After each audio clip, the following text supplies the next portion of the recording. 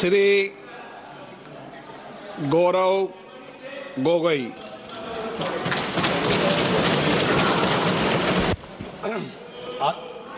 आदरणीय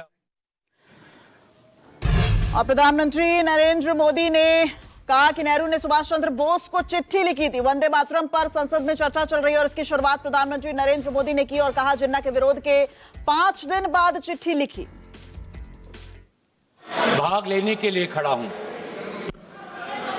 और अपने वक्तव्य के शुरुआत में मैं बंगाल के उस पवित्र भूमि को नमन करना चाहता हूं जिस भूमि से ईश्वर चंद्र विद्यासागर आए, राजा राम मोहन रॉय जी आए, बंकिम चंद्र चटर्जी आए, स्वामी विवेकानंद जी आए, औरबिंदो घोष जी आए, खुदीराम बोस आए, कबीर नजरुल इस्लाम जी आए, रविंद्रनाथ टैगोर जी आए और सुभाष चंद्र बोस जी आए।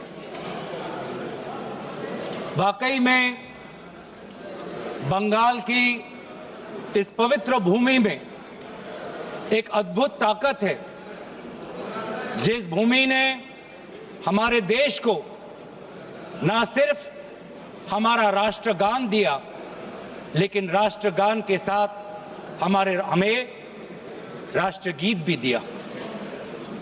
और कहीं ना कहीं मैं इस समय पर, क्योंकि स्वतंत्रता सेनानियों का उल्लेख किया गया, स्वतंत्रता संग्राम का उल्लेख किया गया, उस समय के कवि, लेखक जिन्होंने ऐसे शब्दों का प्रयोग किया, ऐसे कविताएं रची, ऐसे गीत रची, जिन गीतों के साथ, जिन शब्दों के प्रेरणाओं के साथ लाखों के तादाद पर स्वतंत्रता सेनानियों ने अंग्रेजों का जुल्म सहने की ताकत मिली। वे ऐसे शब्द थे, वे ऐसे गीत थे, वंदे मातरम, रविंद्रनाथ टैगोर जी के Where the mind is without fear, वो गीत झंडा ऊंचा रहे हमारा, वो गीत सरफरोशी की तमन्ना, वो गीत विद्रोह, वो गीत इंकलाब जिंदाबाद, वो स्लोगन करो या मरो, जय हिंद, सत्यमेव जयते, भारत छोड़ो। ऐसे कई नारे थे, ऐसे कई गीत थे जिन गीतों ने, जिन शब्दों ने हमारे स्वतंत्रता संग्राम में हमारे भारत के समाज को ताकत दी। वंदे मातरम के इतिहास की और उसकी जंग की बात आदरणीय प्रधानमंत्री मोदी जी ने की। हां, जो मंगल पांडे का जो विद्रोह था, उस विद्रोह के विफलता के बाद भारत में एक बेचैनी थी और अंग्रेजों का जुल्म और बढ़ गया था। और ऐसे वक्त में 1872 में बंकिम चंद्र चटर्जी ने, जो पूरे बंगाल में जो रेनेसांस चल रहा था, जो भाषा के संदर्भ में जो एक क्रांति चल रही थी, उस क्रांति में वो भी एक महत्वपूर्ण धारा थे। जिस क्रांति में राजा राम मोहन रॉय भी थे, जिस क्रांति में ब्रह्मो समाज भी था, और उन्होंने 1872 में वो पहले 2 पंक्ति लिखे जो आज हमारे राष्ट्रगीत के भाग में हैं। 1872-75 के बाद लगभग 9-10 सालों के बाद उन्होंने आनंद मत लिखा, जहां पर उन 2 पंक्तियों में उन्होंने और कई पंक्तियां जोड़ी। और आनंद मत के संदर्भ में लिखा गया,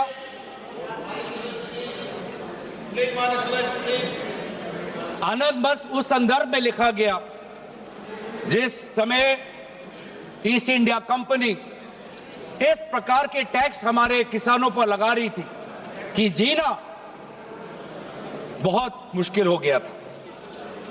लेकिन वाकई में ये जो एक गीत था जो आनंद मत में उल्लेखित था, वास्तविक रूप में ये नारा कब बना? इसकी शुरुआत हुई गीत से, लेकिन ये इसकी एवोल्यूशन, इसका पूर्ण जन्म एक नारा के द्वारा, एक राजनीतिक नारा के द्वारा 1905 में हुआ।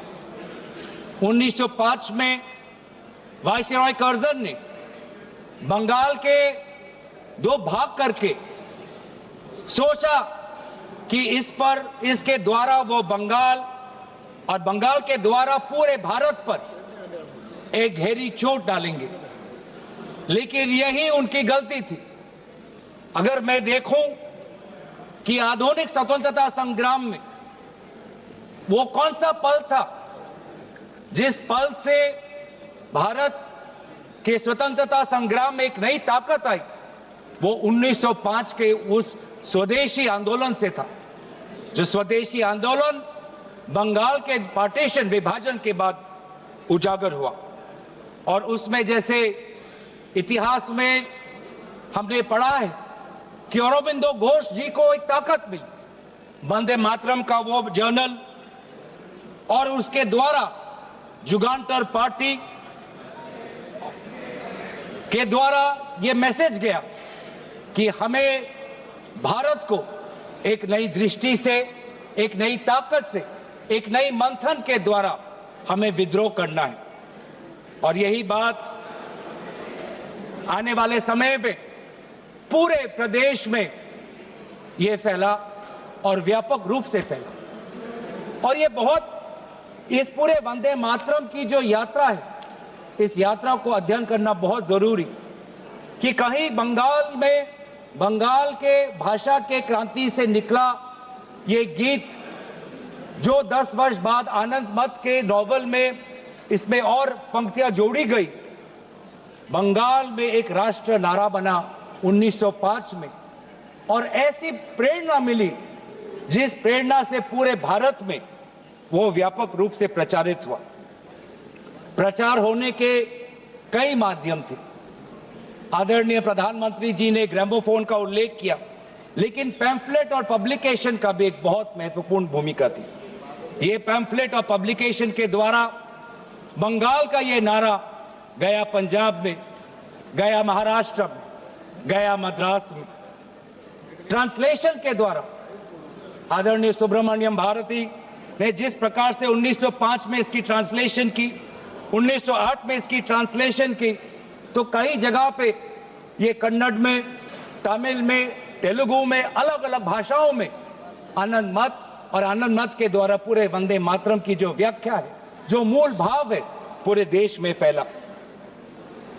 खुदीराम बोस जी का उल्लेख यहां पे किया, और हां, जिस प्रकार से कोर्ट ट्रायल्स हुए, सिर्फ खुदीराम बोस जी का नहीं, अरबिंदो घोष जी के भी कोर्ट ट्रायल से पूरे देश को यह दृश्य दिख रहा है कि किस प्रकार से वंदे मातरम के द्वारा हमारे स्वतंत्रता सेनानी ब्रिटिश का विद्रोह कर रहे थे। और फिर सिर्फ स्वतंत्रता सेनानियों के बीच नहीं रहा, एक व्यापक रूप से ये छात्रों के बीच में ये समा गया।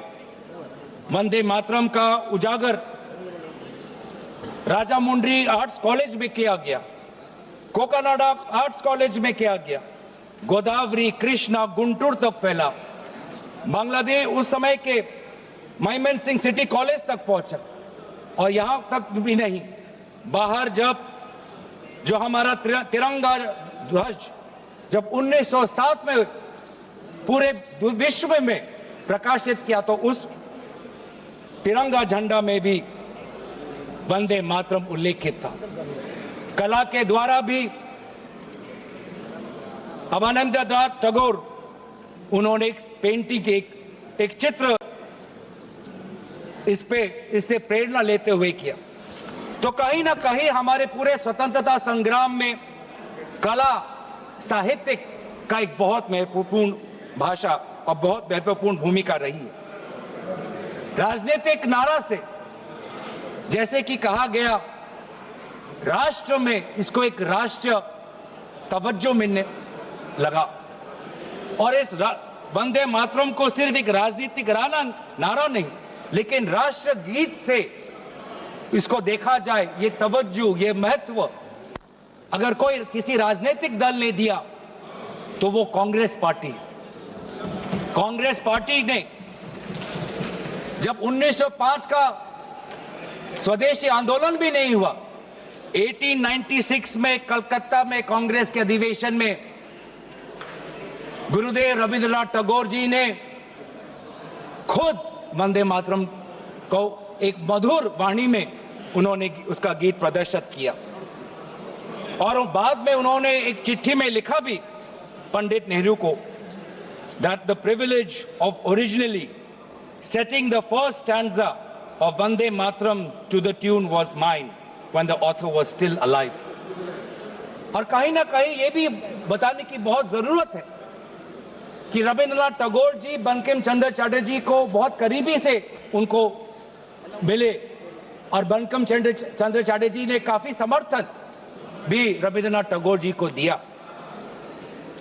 1905 में स्वदेशी आंदोलन भी हुआ और 1905 में कांग्रेस का बनारस में अधिवेशन हुआ, जिस बनारस के अधिवेशन में अध्यक्ष कर रहे थे जी.के. गोखले साहब। और दोबारा 1905 के उस बनारस के अधिवेशन में सरला देव चौधरी जी ने वंदे मातरम का गीत प्रदर्शित किया। लेकिन इस 1905 के बनारस के अधिवेशन में उन्होंने वंदे मातरम में एक बहुत ही महत्वपूर्ण संशोधन वो लाए। वो संशोधन क्या था? जनसंख्या की। जो ओरिजिनल वंदे मातरम था, उस वंदे मातरम में जिस जनसंख्या का उजागर किया था वो था 7 करोड़ का। क्योंकि उस समय बंकिम चंद्र चटर्जी जिस संदर्भ में लिख रहे थे तो वो बंगाल के संदर्भ में लिख रहे थे, जिसमें बिहार भी था, उड़ीसा भी था, असम भी था। और इसीलिए उस संदर्भ में उन्होंने लिखा 7 करोड़। लेकिन जब 1905 में बनारस का अधिवेशन हुआ, उस 1905 के अधिवेशन में सरला देव चौधरी जी ने उस 7 करोड़ को 30 करोड़ करके पूरे एक राष्ट्र का तवज्जो वंदे मातरम को दिया। और वैसे ही महात्मा गांधी ने इंडिया ओपिनियन में उन्होंने लिखा और 1907 में औरबिंदो घोष ने संध्या के मैगजीन में लिखा कि we want swaraj for all sons of mother India. What we want is that Hindus and Muslims both should come together to bring about swaraj in unison. फिर अभी आप बात आते हैं जो मूल बात आदरणीय प्रधानमंत्री मोदी जी ने कही। आज उनके पूरे भाषण को मैंने बहुत गौर रूप से सुना और उनके पूरे 1 घंटे के भाषण का 2 उद्देश्य था। पहला उद्देश्य यह था कि उनके बातों को सुनकर ऐसे लग रहा था कि आपके राजनीतिक पूर्वज खुद ब्रिटिश के खिलाफ लड़ रहे थे। ऐसे लग रहा था कि आपके राजनीतिक पूर्वज ने ब्रिटिश के खिलाफ विभिन्न आंदोलनों में भाग लिया। तो ये जो इतिहास को दोबारा लिखने की, रिवाइज करने की जो मंशा आज प्रधानमंत्री मोदी जी के भाषण में मुझे सुनाई दी। सर, मैं आपके साथ तो मैं तर्क वितर्क करने आया नहीं हूं। और दूसरा जो उद्देश्य था कि एक राजनीतिक रंग इस पूरे वंदे मातरम के चर्चा को देने का था। उन्होंने उजागर किया कांग्रेस वर्किंग कमेटी का और पंडित नेहरू जी का। और ये एक आदत है सर, ये मेरे पास एक टेबल है कि जब जब प्रधानमंत्री मोदी जी किसी भी विषय पे बोलते हैं तो पंडित नेहरू जी का नाम कितने बार लेते हैं और कांग्रेस पार्टी का नाम कितने बार लेते हैं। मैं बस एक ही उदाहरण देना चाहता हूं कि इससे पहले ऑपरेशन सिंदूर का डिबेट में हमने आदरणीय प्रधानमंत्री मोदी जी को सुना। क्या आप जानना चाहेंगे कि पंडित नेहरू का नाम कितने बार उन्होंने लिया? 14 बार। ऑपरेशन सिंदूर पे 14 बार उन्होंने पंडित नेहरू का नाम लिया। और कांग्रेस पार्टी का कितने बार? 50 बार। वैसे ही जब संविधान का 75th एनिवर्सरी मनाया जा रहा था तब 10 बार पंडित नेहरू जी का नाम लिया और 26 बार कांग्रेस पार्टी का। उस प्रकार से जब 2022 में जब राष्ट्रपति अभिभाषण पे प्रधानमंत्री मोदी जी अपना बात रख रहे थे तो 15 बार पंडित नेहरू का नाम लिया। 2020 में, सर मैं आपके साथ तर्क वितर्क नहीं करने आया सर। 2020 में जब राष्ट्रपति अभिभाषण पर प्रधानमंत्री मोदी जी ने भाषण दिया तो 20 बार पंडित नेहरू का नाम लिया। तो इसीलिए उनका आज दूसरा उद्देश्य तो मैं समझ गया, लेकिन बड़े विनम्रता से मैं आदरणीय प्रधानमंत्री मोदी जी को मैं कहना चाहता हूं और उनके पूरे मैं दल को कहना चाहता हूं और पूरे इनके ढांचे को कहना चाहता हूं, आप चाहे जितना भी कोशिश कर लो, आप पंडित नेहरू जी के जो उनका योगदान था उस पे एक भी काला दाग आप लगाने में सक्षम नहीं होंगे। आप चाहे पूरे कोशिश कर लो, आप एक भी उन पे काला दाग लगाने में आप सफल नहीं होंगे। हाँ, कांग्रेस वर्किंग कमेटी में और उससे पहले मुस्लिम लीग का विद्रोह था। मुस्लिम लीग ये कहना चाहती थी कि पूरा वंदे मातरम को बहिष्कार करना चाहिए, पूरे वंदे मातरम को बहिष्कार करना चाहिए। लेकिन मुस्लिम लीग को यह अधिकार कहां से मिला? और क्या मुस्लिम लीग के अनुसार हमारा देश चलेगा? क्या मुस्लिम लीग के अनुसार क्या कांग्रेस पार्टी चलेगी? कतई नहीं। हमारे उस समय के जो हमारे नेता थे मौलाना आजाद साहब, उन्होंने स्वयं कहा कि मुझे वंदे मातरम में कोई भी आपत्ति नहीं है। यह फर्क है कांग्रेस के मौलाना आजाद और मुस्लिम लीग के जिन्ना के बीच में। और उन्होंने लाख कोशिश करने के पश्चात भी, लाख दबाव डालने के पश्चात भी 1937 के कांग्रेस वर्किंग कमेटी में के सेशन में यह निर्णय लिया गया कि जहां पर भी नेशनल गैदरिंग होगी वहां पर हम शुरुआत में वंदे मातरम के पहले दो पंक्तियों को हम गाएंगे। इस सिद्धांत को मुस्लिम लीग ने बहुत बड़ी इसकी आलोचना की, बहुत बड़ी आलोचना की, और आलोचना हिंदू महासभा ने भी की। ये कभी कभी हिंदू महासभा और मुस्लिम लीग के जो राजनीतिक उद्देश्य है वो एक हो जाते हैं। हिंदू महासभा और मुस्लिम लीगों ने दोनों वंदे मातरम को एक विशेष राजनीतिक रूप से देखा और मुस्लिम लीग और हिंदू महासभा ने दोनों ने कांग्रेस पार्टी की आलोचना की। लेकिन कांग्रेस पार्टी अगर चलेगी तो किसी हिंदू महासभा या किसी मुस्लिम लीग की नहीं, भारत के जो हमारे आबादी है, भारत की जो हमारी जनसंख्या है, भारत में जो वंदे मातरम के जो मूल भाव है उसके साथ मूल भाव। आप बार बार वंदे मातरम की आप बात कर रहे थे आदरणीय प्रधानमंत्री जी। वंदे मातरम किस संदर्भ में लिखा गया? ब्रिटिश के विद्रोह में वंदे मातरम का नारा कब लगाते थे? जब हम ब्रिटिश के अंदर हम खौफ पैदा करना चाहते थे। वंदे मातरम का नारा कब लगाते थे? जब हम ब्रिटिश को बताना चाहते थे कि हम डरेंगे नहीं, हम झुकेंगे नहीं। तो ये था मूल भाव वंदे मातरम का, ब्रिटिश के विद्रोह करने का। मैं पूछना चाहता हूं कि आपके राजनीतिक पूर्वजों ने वंदे मातरम की इस मंशा को आपने कब पूरा किया? कब आपने ब्रिटिश का विद्रोह किया? कब किया?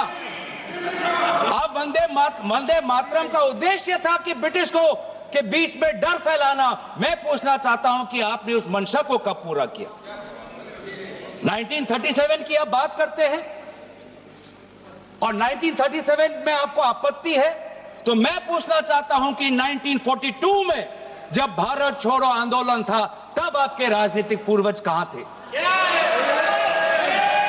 अगर आपको लगता है कि वंदे मातरम के साथ कांग्रेस पार्टी ने उसको दुर्बल करने की एक साजिश की, तो मैं पूछना चाहता हूं कि आपने जब वंदे मातरम का जो मूल उद्देश्य था कि अंग्रेजों भारत छोड़ो, तो उस भारत छोड़ो के आंदोलन में आप लोग कहां थे? क्या इतिहास गवाह नहीं कि आपके राजनीतिक पूर्वज में उनका नाम नहीं लेना चाहता कि उन्होंने खुद कहा था कि इस आंदोलन में भाग नहीं लेने का? खुद बोलते थे दूसरे, खुद उन्होंने कहा कि इस आंदोलन में भाग नहीं लेना। और बंगाल में आपके जो राजनीतिक आपके गुरु हैं, मैं उनका नाम भी लेना नहीं चाहूंगा, पर उन्होंने भी खुद कहा था कि भारत छोड़ो आंदोलन में भाग नहीं लेना चाहिए। तो अब वंदे मातरम की बात करते हैं, स्वतंत्रता सेनानियों की बात करते हैं, प्रोपेगेंडा करने की कोशिश करते हैं। जो कांग्रेस वर्किंग कमेटी पंडित नेहरू ने जी के सबके साथ जो विचार विमर्श किया, उसमें सब शामिल थे। उसमें शामिल थे रविंद्रनाथ टैगोर जी, जिन्होंने स्वयं कहा कि जो पहले दो स्टैंजाज हैं वो इतने मधुर हैं, उसमें इतनी ताकत है, जो पूरा सारांश है वंदे मातरम का वो पहले दो स्टैंजाज में है। और पंडित नेहरू जी ने भी उस वर्किंग कमेटी में कहा, उस रेजोल्यूशन में पंडित नेहरू जी को मैं कोट करना चाहूंगा, the words Vande Mataram became a slogan of power which inspired our people and a greeting which ever reminds us of our struggle for national freedom. ये है पंडित नेहरू जी और कांग्रेस पार्टी की मूल भाव वंदे मातरम के पक्ष में। और जिस मुस्लिम लीग ने कहा कि पूरे वंदे मातरम को बहिष्कार करो, उस मुस्लिम लीग को दोबारा करारा जवाब हमने हमारे कॉन्स्टिट्यूएंट असेंबली में दिया 1950 में 24 जनवरी को, जब संविधान की जो बैठक हुई थी उसके अंतिम दिन पे हमने कहा कि हम मुस्लिम लीग की बात नहीं सुनेंगे, हम वंदे मातरम को नेशनल सॉन्ग का ये तवज्जो हम देना चाहेंगे। और यही हमारे बंगाल के प्रति हमारा आभार था कि उसी कॉन्स्टिट्यूएंट असेंबली में कहा, यह सिद्धांत लिया गया कि जन गण मन हमारा नेशनल एंथम होगा और वंदे मातरम हमारा नेशनल सॉन्ग होगा। और ये पूरे सिद्धांत के साथ कौन कौन इसके साथ सहमत थे? राजेंद्र प्रसाद जी सहमत थे, सी राजागोपालाचारी जी सहमत थे, जीबी पंत साहब सहमत थे, मौलाना आजाद जी सहमत थे, रविशंकर शुक्ला जी सहमत थे। तो ये है आज इतिहास। वास्तविक में अगर मैं बोलूं कि आपके पार्टी ने कभी बंगाल को समझने की कोशिश ही नहीं की। सत्ता के लालच में आपने कभी बंगाल को समझा ही नहीं। बंगाल की भक्ति को सर मैं उनके साथ तर्क वितर्क नहीं करने आया। पॉइंट ऑफ ऑर्डर, मैं उनके साथ तर्क वितर्क नहीं करने आया। मैं तर्क वितर्क नहीं था और मैं ये करना नहीं चाहता। पॉइंट ऑफ ऑर्डर है, ये स्पीकर का डायरेक्शन 114 और 115 ये इतिहास को गलत करे। जब भारत अलग हो गया सर, भारत का विभाजन हो गया, मुस्लिम लीग ने जब पाकिस्तान बना दिया 15 अगस्त 1947 को, जब भारत और पाकिस्तान का बंटवारा हो गया, तो मुस्लिम लीग किस कॉन्स्टिट्यूएंट असेंबली में था जिस 24 जनवरी 1950 की वो ये डिबेट है सर। अगर आप मुझे बोलने देंगे तो मैं इनसे कहूंगा कि जैसे हमने आदरणीय मोदी जी को सुना, आप भी सुनने का धैर्य रखें। धैर्य की कमी मत दिखाइए, संयम की कमी अब मत दिखाइए। हमने संयम दिखाया, हमने धैर्य दिखाया, अब आपकी बारी है। आपने बंगाल को कभी समझा नहीं, आपने बंगाल की भक्ति को नहीं समझा, आपने बंकिम चंद्र चटर्जी को नहीं समझा। बंकिम चंद्र चटर्जी की जो विचार थे, ये पूरा जो विज्ञान को लेके जो उनके विचार थे, एक फ्री इंडिया को लेके जो उनकी विचार थी, आपने नहीं समझा। आपने रविंद्रनाथ टैगोर जी को नहीं समझा। आपके लिए तो सब कुछ बांग्लादेशी। रविंद्रनाथ टैगोर जी ने 1905 में अमार सोनार बांग्ला लिखा। आप इतिहास नहीं जानते, आपने रविंद्रनाथ टैगोर जी का इतिहास नहीं पढ़ा। और जब कहीं आपको अमार सोनार बांग्ला आपको सुनाई पड़ता है तो आपको सिर्फ बांग्लादेशी सुनाई पड़ता है। लेकिन जिस समय वो लिखा गया, बंगाल के पार्टीशन में जो दुख, जो वेदना, अमार सोनार बांग्ला, मेरे जो सुनहरे बंगाल के प्रति जो भाव था, उसको आपने नहीं समझा। आप कभी दिल्ली में अगर बंगाली भाषा सुनते हैं तो उसको भी बांग्लादेशी कह देते हैं, जो वास्तविक में बंगाल लोगों की जो समस्या है, असम में बंगाल लोगों की जो डी वोटर की समस्या है, आज 10 साल आपका डबल इंजन हो गया, आपने असम में डी वोटर की समस्या को समाधान नहीं किया। असम में बंगाल के लोग आज अपने आप को भारतीय नागरिक कहना चाहते हैं, लेकिन आपने ऐसा कानून लेके आए हैं, आप असम में बंगाल के लोग अपने आप को भारतीय नागरिक नहीं, अपने आप को बांग्लादेशी का प्रमाण सरकार को देना पड़ रहा है। ये है आज। इसीलिए ना आप बंगाल को समझे, ना आपने राष्ट्र को समझा। ये हम कह रहे हैं ना राष्ट्रगीत, इसमें जो राष्ट्र है, आपने कभी राष्ट्र को समझने की कोशिश नहीं, क्योंकि ये राष्ट्र जो है एक संघीय ढांचे पर निर्भर है और इसमें कई प्रकार के राष्ट्रभक्ति हैं। आज अगर भारत एक मजबूत राष्ट्र है, वो इसलिए है क्योंकि इसमें ना सिर्फ बंगाल की राष्ट्रभक्ति समाई हुई है, इसके साथ तमिल की भी राष्ट्रभक्ति समाई हुई है, इसके साथ असम की राष्ट्रभक्ति समाई हुई है, इसके साथ पंजाब की राष्ट्रभक्ति समाई हुई है, इसके साथ केरल की राष्ट्रभक्ति समाई हुई है, इसके साथ कर्नाटका तेलंगाना की राष्ट्रभक्ति समाई हुई है, इसके साथ नागालैंड उत्तर पूर्वांचल की राष्ट्रभक्ति समाई। लेकिन आपने कभी समझा ही नहीं। हमारे सारे प्रदेशों की राष्ट्रीय भक्ति समाई हुई है, तब जाके भारत को हम एक मजबूत राष्ट्र बना सकते हैं। आपने कभी हमारे राष्ट्र में धर्म अनेक, वो आप ले लीजिएगा अखिलेश जी, आप ले लीजिए। हमारे राष्ट्र में धर्म अनेक, हमारे राष्ट्र में भाषा अनेक, हमारे राष्ट्र में प्रांत अनेक, लेकिन हमारे राष्ट्र में राष्ट्र ग्रंथ सिर्फ एक, वो है हमारे भारतीय संविधान। वो है हमारे भारतीय संविधान। पैगंबर अनेक, धार्मिक ग्रंथ अनेक, मंदिर अनेक, लेकिन राष्ट्र निर्माण के संदर्भ में सिर्फ एक ही ग्रंथ, वो है संविधान। और इस संविधान की सुरक्षा हम आज भी कर रहे हैं। आज राष्ट्र की बात आप करते हैं। मैं पूछना चाहता हूं कि आपने जो हमारा नेशनल एंथम है, आप चाहते थे कि वंदे मातरम हमारा नेशनल एंथम बने, लेकिन जब पूरे देश ने जनगण मन को नेशनल एंथम, रविंद्रनाथ टैगोर जी के द्वारा रचित जनगण मन को नेशनल एंथम का तवज्जो दिया, तो आपके राजनीतिक पूर्वजों ने लगभग 52 साल आपने ना राष्ट्रीय तिरंगा अपने शाखाओं में लगाया, ना राष्ट्रीय नेशनल एंथम अपने शाखाओं में कहा। आप राष्ट्र की बात करते हो, ना नेशनल एंथम को आपने तवज्जो दी, न भारत के तिरंगा को आपने तवज्जो दिया। आप क्या राष्ट्र की बात करते हो? लेकिन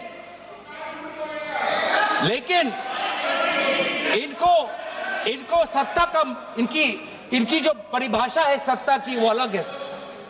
इनको लगता है कि अगर सत्ता मिल गया तो पूरे राष्ट्र पर ये शासन चलाएंगे। ये लोग, यही फर्क है। मैं समझ, यही। धन्यवाद संजय जायसवाल जी, धन्यवाद। क्योंकि हमारे लिए सत्ता शासन का नहीं, हमारे लिए सत्ता सेवा का माध्यम है। सेवा का माध्यम, ये फर्क है। ये संजय जी को आप धन्यवाद दे रहे हैं। ये फर्क है। ये संजय जी को आप धन्यवाद। आपके साथ तो मैं नहीं करने, आपके साथ तो नहीं करना। ये फर्क है राजतंत्र और लोकतंत्र में। राजा शासन करना चाहता है और सेवक भारत के संविधान को सेवा करना चाहता है। ये फर्क है राजा और सेवक में।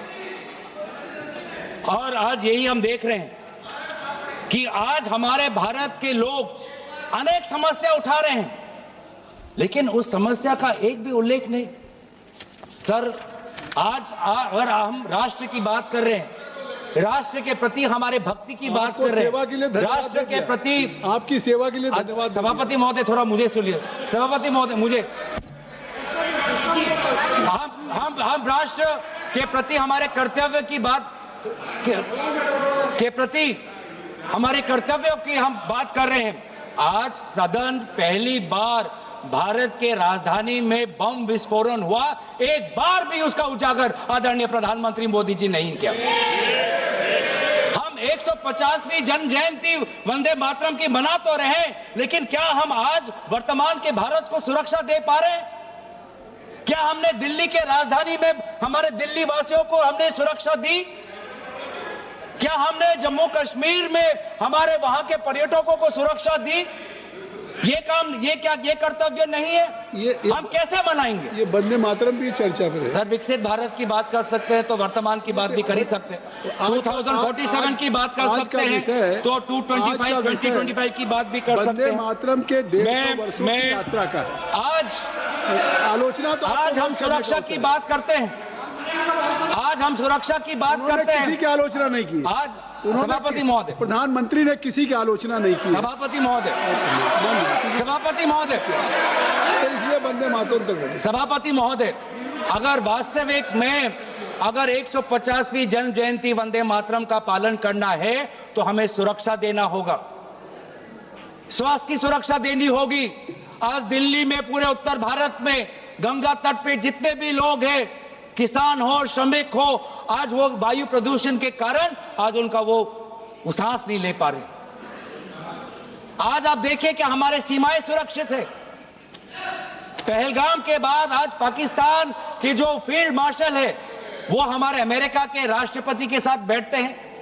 पाकिस्तान और अमेरिका के बीच में और करीबी बात आ गई है और करीब हो गए हैं, और आप लोग उस पर कुछ नहीं कह रहे। आज करेंसी, जब आपने एक टाइम पे कहा जब करेंसी बढ़ती है तो उम्र का उजागर है, आज तो भारतीय करेंसी। सर, मैं आपके साथ मैं ऑपरेशन सिंदूर की चर्चा हो चुकी है, उस पर आप लोगों ने भी किया था और स्पष्ट कर दिया था। मुझे लगता है आज वंदे मातरम की 150 वर्षों की यात्रा है। आज इसको, अगर इस चर्चा को किसी आरोप प्रत्यारोप से या विवादों से ऊपर रखें तो ज्यादा अच्छा होगा। सर, 150वीं जयंती तो वर्तमान में मना रहे हैं, तो वर्तमान में भारत के प्रति जो हमारे कर्तव्य है उसकी बात ना करें तो हम कैसे करें? और इसीलिए आज करेंसी, जिस करेंसी का आपने उजागर किया कि करेंसी जब बढ़ती है तो किसी का उम्र का उदाहरण मिलता है, आज तो 100 तक पहुंच गया करेंसी। तो ना वायु प्रदूषित है, ना वायु से हम सुरक्षित है, ना करेंसी हमारी सुरक्षित है, ना हमारी सीमा सुरक्षित है, ना हमारे दिल्ली में हम सुरक्षित है, ना जम्मू कश्मीर और लद्दाख में जो सुरक्षा उनको मिलनी चाहिए, जो राजनीतिक सुरक्षा मिलना चाहिए, जो संपूर्ण राज्य का दर्जा मिलना चाहिए, जो यूटी का दर्जा मिलना चाहिए, ना उनको हम दे पा रहे हैं। आज ना हमारा उद्योग सुरक्षित है। आज मोनोपोलीज के कारण आज आम ग्राहक, आज बड़े बड़े उद्योगपति के पैर पे आज पड़ा हुआ है। इंडिगो के आज हम देख रहे हैं कि एक मोनोपोली आई, जिस मोनोपोली के कारण आज आम व्यक्ति आज रो रहा है। आज एक आम व्यक्ति आज उसके घर उजड़ गए। आपसे हमने ऐसे, एक मिनट सुन लें, आपसे आग्रह करता हूं कि स्वयं ऑनरेबल स्पीकर ने कहा था कि आज जो हम चर्चा कर रहे हैं ये केवल वर्तमान के लिए नहीं, आने वाली पीढ़ियों के लोग भी आज की इस चर्चा से प्रेरणा लेंगे। देखिए, आपकी इस चर्चा से प्रेरणा लेंगे और मुझे लगता है कि आपको बहुत से अवसर मिलेंगे जब आप आलोचना कर सकते हैं, आरोप प्रत्यारोप कर सकते हैं, लेकिन आज की चर्चा कम से कम मैं आपसे धन्यवाद सर। वंदे मातरम राष्ट्र के प्रति हमारे कर्तव्य को उजागर कर, और आज तो हमारा वोट भी सुरक्षित नहीं है, आज तो हमारा वोटर लिस्ट भी सुरक्षित नहीं है। आज हम विभिन्न प्रदेशों में देख रहे हैं कि किस प्रकार से ये सरकार यूपीआई की बात करती है, जेम ट्रिनिटी की बात करती है, आधार की बात करती है, लेकिन मशीन रीडेबल वोटर लिस्ट नहीं देना चाहती। वो काम वो कागज से करवाना चाहती है। तो ना आज वोट सुरक्षित है, ना आज स्वास्थ्य सुरक्षित है, ना सीमा सुरक्षित है, ना करेंसी सुरक्षित है, ना व्यापार सुरक्षित है। ऑनलाइन कॉमर्स आने के बाद आज भारत का वो छोटा दुकानी, आज वो मध्यम वर्ग का दुकानी आज पूरा तहस नहस हो गया। आज इसके ऊपर ये हमारी सरकार क्या कर रही है? लेकिन ये सरकार सवाल से डरती है, चर्चा से डरती है, और ये चाहती है कि अगर ये संस्थाओं को इन्होंने अगर कैप्चर कर लिया, आपने चर्चा संस्थाओं इतनी अच्छी शुरू की थी, और अगर आप अपने चर्चा के भाषण करें तो वाकई वो चर्चा देश के लिए एक अच्छी आपने की, लेकिन अब उस चर्चा को मुझे लगता है वहां तक रखिए सीमित। तो आप सर, मैं तो अपने विषय पे रहूंगा, मैं अपने विषय पे रहूंगा। ये सरकार ये समझती है कि अगर इन्होंने संस्थाओं को जकड़ लिया तो भारत की हमारी जो सोच है भारत के जो मूल्य हैं उनको भी जकड़ लेंगे, उनको भी कब्जा कर लेंगे। ये होने नहीं वाला। आप भले जुडिशरी को कब्जा कर सकते हो, आप भले निर्वाचन आयोग को कब्जा कर सकते हो, आप भले इनकम टैक्स को कब्जा कर सकते हो, आप भले ईडी को कब्जा कर सकते हो, लेकिन भारत के आवाम की लोकतंत्र, इसको जुडिशरी पे जो आलोचना हो रहे हैं ये कार्रवाई का हिस्सा नहीं होगा। भारत के संसदीय कार्य राज्य मंत्री माननीय अर्जुन राम मेघवाल जी, जुडिशरी पे कब्जे करने वाली बात ये कैसे कह रहे हैं साहब सदन में? ये जुडिशरी पे, ये न्यायपालिका पे अपमान है। सुप्रीम कोर्ट में ये क्या कह रहे हैं? ये कोई नोटिस दिया है क्या चर्चा करने के लिए? जुडिशरी पे हमने उसको कार्रवाई के हिस्से से निकाल दिया। हाँ ठीक है, ओके बोलिए। तो सर ये आज हमारे भारतीय नागरिकों के आम जो अधिकार है उनको भी कब्जा करना चाहती है।